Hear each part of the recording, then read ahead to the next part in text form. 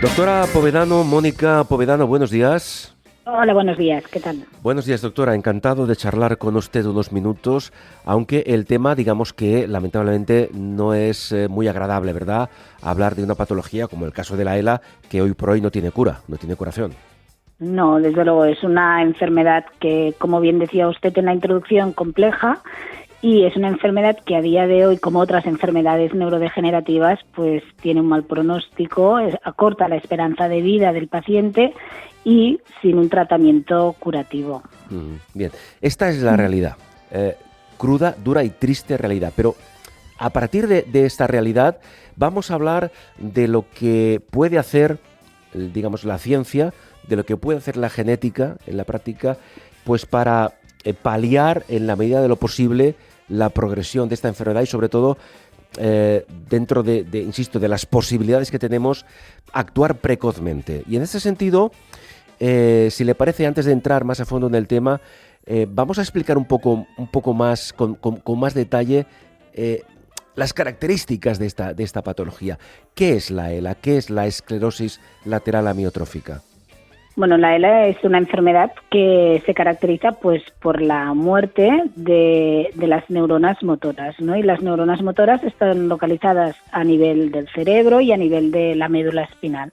Entonces el paciente, al ir perdiendo estas neuronas, pues va perdiendo una capacidad de movimiento de las extremidades, va perdiendo una capacidad también de articular las palabras, porque para ello también necesitamos las neuronas y los músculos, ¿no?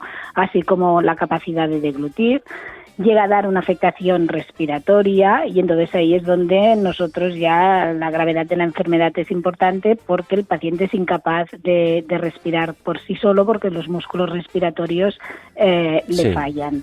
Entonces es una enfermedad de pérdida de habilidades motoras progresiva. Es una enfermedad dura, cruel e irreversible, como decía, hoy por hoy, que suele aparecer, en principio, doctora, entre los 40 y los 70 años, aunque hay casos mucho más precoces. Sí, hay casos de pacientes jóvenes en alrededor de los 20 años, incluso hay algunas formas de tipo infantil, ¿no?, que tienen algún gen asociado, y después hay formas de pacientes mucho más mayores, ¿no?, por encima de 80 años. Lo más habitual entre 55 y 65. Claro, yo supongo que no, pero le pregunto, ¿se conoce, se tiene idea, aunque sea aproximada, de por qué se produce esta degeneración de las neuronas motoras? O sea, el por qué se produce, en la mayoría de los casos, que es lo que denominamos ELAs esporádicas, pues no se sabe. Se saben aquellas formas que son familiares y que están genéticamente determinadas, o incluso algunas esporádicas que también tienen un gen asociado, pues entonces sí que sabes que la causa está vinculada a ese gen, ¿no? Pero en la mayoría de casos la causa concreta que desencadena el fenómeno de la neurodegeneración a día de hoy, pues no lo conocemos. Claro. En muchos casos, o mejor dicho, ¿en qué casos la ELA está condicionada por un factor genético? O en todos ellos, no lo sé. Bueno, esto es una interesante pregunta. Es decir, sí que hay un 10% de ELAs que son familiares, es decir, que viene el paciente y te explica que hay una historia familiar de enfermedad neurodegenerativa, y en estas formas sí que vas a mirar unos genes en concreto y normalmente encuentras la alteración genética que te ha puesto en riesgo a desarrollar enfermedad. Después tienes formas esporádicas, es decir, pacientes que no tienen una posible historia familiar de enfermedad neurodegenerativa, y en los cuales también, ¿no?, encuentras que hay un gen que les ha puesto en riesgo. Hemos de pensar que a día de hoy se conocen 30 genes que te pueden poner en riesgo a desarrollar enfermedad en neurona motora. Por lo tanto, de ahí la importancia, ¿no?, de avanzar en estos estudios genéticos, porque probablemente al final será la mayoría de los pacientes tendrán una predisposición genética que les favorece, ¿no?, que en un momento de su vida hagan una enfermedad de este tipo. Cuando existe, doctora Povedano, esa predisposición genética a la que usted se refiere, esto indica que, por ejemplo, si la madre ha sufrido esa patología, ¿alguno de sus hijos pueda padecerla sí o sí? Depende del gen afectado. O sea, sí que hay el gen por ejemplo, la superoxidodismutasa, que es una alteración en un gen que se llama el SOT1, que sí que sabes que tiene una penetrancia completa y por lo tanto de una generación a otra va a pasar, pero después hay otros genes que se dice que tienen penetrancia incompleta, es decir, que el hecho de que, por ejemplo, un descendiente tenga la alteración genética no quiere decir seguro que vaya a desarrollar la enfermedad. Bien. O sea, no siempre es así. No siempre es así. Es decir, el que lo tiene la enfermedad y tiene una alteración genética sí que hay una relación, pero que un descendiente tenga dicha alteración genética no quiere decir que seguro vaya a desarrollar la enfermedad. Y esto lo que nos está diciendo es que el gen te pone en riesgo, pero probablemente existen otros factores que también son necesarios para que uno tenga un fenómeno neurodegenerativo de este tipo. Ya hemos dicho antes, doctora Povedano, que lamentablemente hoy por hoy la ELA no tiene cura, pero ¿qué importancia tiene, si es que la tiene, que esa patología se detecte precozmente o que se detecte ya cuando, digamos, la progresión está más avanzada? O sea, es importante el diagnóstico precoz porque el poder actuar, ¿no?, de forma precoz y adelantarte a posibles complicaciones siempre va a ayudar a aumentar la supervivencia. Y por otro lado, por ejemplo, con respecto a aquellos pacientes que puedan tener alteraciones genéticas, pues están apareciendo, ¿no?, terapias que van dirigidas exclusivamente a aquella alteración genética, con lo cual cuanto antes diagnostiques al paciente, cuando antes veas si es portador o no de una alteración genética, pues antes podrás ofrecerle, ¿no?, un tratamiento que va dirigido a su alteración genética. Que incluso a día de hoy lo que se están haciendo es estudios en pacientes que son portadores de la alteración genética y no tienen síntomas. Es decir, se están haciendo estudios en presintomáticos, tanto estudios para conocer mejor la enfermedad como existe un ensayo clínico con un fármaco que va dirigido contra una alteración genética en presintomáticos portadores de aquella mutación. Voy a aventurarme, en el sentido de que quizá, en base a lo que usted comenta, doctora, la futura solución de la ELA sería poder variar o poder modificar esos condicionantes genéticos, ¿no?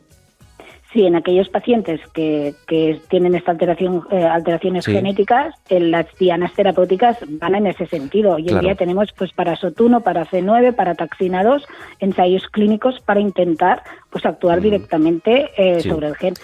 Pero la importancia de la genética es que también nos informa de mecanismos que están implicados en la muerte de la neurona. Es decir, el gen nos está diciendo qué es lo que está funcionando mal, con lo cual también estamos sabiendo más sobre la enfermedad. Y doctora, ¿y estamos muy lejos de encontrar una posible solución o cuando menos conseguir que la ELA se cronifique, que deje de ser una patología, que deje de ser en la práctica una patología mortal al 100%? Yo creo que nos queda tiempo, pero que ha habido un cambio importante en la área científica, ¿no?, con respecto a esta enfermedad. Es decir, venimos de una época en que no teníamos ensayos clínicos y donde los estudios básicos estaban poco enfocados en enfermedad de motoneurona. Ahora estamos en una época de muchísimos ensayos clínicos. Algunos de ellos, o muchos de ellos, fracasan, pero el hecho de que fracasen ya nos está informando más sobre la enfermedad. Por lo tanto, yo creo que estamos en un buen momento de avance, ¿no?, y que, bueno, porque tenemos también muchísimas más herramientas que nos permite conocer mucho mejor la enfermedad y probablemente encontremos dianas terapéuticas que nos permitan cronificar este tipo de enfermedades. Claro, porque entiendo que cuando se realiza este estudio genético o cuando se realiza un estudio genético, esto en la práctica tiene tres vertientes, repercute de tres formas diferentes. Primero, la pregunta es ¿cómo ayuda en cuanto a la orientación clínica de cada caso? Claro, primero porque cuando tú conoces la alteración genética, normalmente sabes cómo evolucionan aquellos pacientes que tienen aquella alteración genética, con lo cual puedes informar o conocer mejor el pronóstico evolutivo de aquel paciente. Eso de entrada te va a repercutir. Por otro lado, te repercute el hecho de que si el paciente tiene esta alteración y tú tienes un ensayo clínico o tienes un posible tratamiento contra aquella alteración, pues esto también va a hacer que repercuta en cómo va a evolucionar clínicamente el paciente. Pero a la vez también tiene una repercusión sobre la familia, ¿no? Y esto es lo que necesitamos los asesores genéticos en las consultas médicas, porque tenemos que informar a una familia de que hay una alteración genética que ha puesto en riesgo a aquel paciente y la posibilidad de que algún otro familiar pues pudiera ser portador de dicha alteración. Bien, tenemos ya ese estudio genético hecho. ¿cómo ayuda al posible pronóstico evolutivo de la enfermedad? O sea, ayuda en el sentido de que puedes saber más sobre la enfermedad. Es decir, hay algunas alteraciones genéticas que se asocian a demencia frontotemporal. Por lo tanto, sabes que aquel paciente en algún momento de la enfermedad pues va a acabar asociando al déficit motor una demencia frontotemporal. Hay algunas otras formas que sabes que son rápidamente progresivas. Es decir, sabes que aquel paciente con esta alteración genética pues va a ir muy rápido y por mucho que tú quieras que vaya lento, pues va a ir rápido y el final va a estar más cercano. Es decir, nos va a dar mucha información sobre cómo va a ir la evolución clínica del paciente. Y ante esta evolución, hoy por hoy, no podemos hacer demasiado, ¿no? Cuando se presenta esta característica, me decía usted. Bueno, solo podemos hacer en los pacientes que son portadores de SOT1, porque ya ha salido un oligonucleótido antisentido para pacientes con esta alteración. Otro que estaban probándose pues ha fracasado, pero hay un ensayo clínico para portadores de F9 y hay un ensayo clínico para portadores de ataxina 2 y se está iniciando uno para portadores de FUS. Por lo tanto, tú tienes ensayos clínicos a ofrecer, ¿no?, al paciente para intentar modificar, ¿no?, la posible evolución de su enfermedad. Claro. Hablaba usted, el tema es muy complejo, entiendo que... Mucho, bueno, y se añade más complejidad, que es la farmacogenética, es decir, porque se ha visto que pacientes con determinadas alteraciones, polimorfismos, que no son ya ni mutaciones, polimorfismos genéticos, determinados tratamientos no les funcionan igual que a otro paciente. Sí. Por lo tanto, añade más complejidad a la respuesta a tratamientos. Claro, hablaba usted hace un momento, doctora, que en algunos casos se presenta lo que usted llama demencia frontotemporal. ¿Esto qué significa?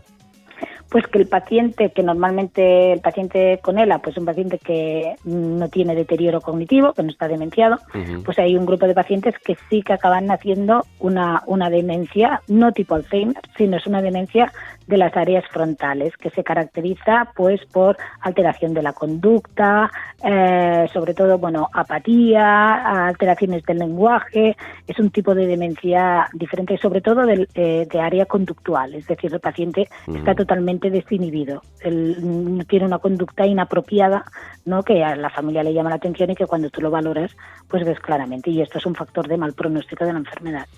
Claro, hemos hablado de la orientación clínica, del pronóstico y, bueno, posibles tratamientos, algo ya ha apuntado usted, ¿no? Pero, claro, tratamientos a nivel resolutivo está claro que no existen, ¿no? Pero ¿qué se puede hacer en cuanto a mejorar la calidad de vida e incluso la supervivencia de esos pacientes en base a los tratamientos farmacológicos que tenemos a nuestro alcance? Bueno, a día de hoy, seas un paciente con alteración genética o sin alteración genética, lo que va a alargar la supervivencia del paciente es la atención en centros de referencia con unidades multidisciplinares, es decir, el correcto manejo de los síntomas, del síntoma respiratorio, del síntoma de la alteración de la deglución, cómo se alimenta el paciente. Son enfermedades que son hipermetabólicas, es decir, hacen como una caquexia, adelgazan al enfermo, ¿no?, como si fuera un paciente con un cáncer. Entonces, el manejo de todos estos síntomas de forma coordinada en el mismo momento, esto alarga la supervivencia mucho más que cualquier fármaco que tenemos a día de hoy aprobado. Claro, precisamente, doctora, el otro día hablaba de este tema con un endocrinólogo que forma parte, que está integrado en un equipo multidisciplinar precisamente para tratar esta problemática de la desnutrición de muchos enfermos de ELA. Sí, es que esto es, yo siempre les digo a los pacientes, yo hice una estancia en Estados Unidos y cuando volví de la Columbia University llegué y dije, todos los enfermos les tenemos que nutrir mejor. Y era una obsesión, porque está más que comprobado que una pérdida de un 10% del peso va acompañado de una caída de la funcionalidad respiratoria y un empeoramiento de la supervivencia. Por lo tanto, cómo se nutre el paciente, si se nutre con las calorías adecuadas, si no se atraganta, si no broncoaspira, todas estas cosas son importantísimas y esto es lo que le va a aumentar la supervivencia. Esto junto con un buen control del fuelle respiratorio, ¿no?, ayudándole a ventilarse mejor, es lo que y aparte, pues todos los fármacos que vayan apareciendo y que vamos a ir probando, que a día de hoy tenemos la suerte que en España tenemos todos los ensayos clínicos que hay a nivel mundial, es decir, el paciente no tiene que irse a ningún sitio, los tiene en el territorio, por lo tanto yo creo que llegará un momento pues que realmente conseguiremos cronificar esta enfermedad. Esperamos que sea cuanto antes, doctora, porque realmente, vuelvo a insistir, es una enfermedad dura, cruel e irreversible.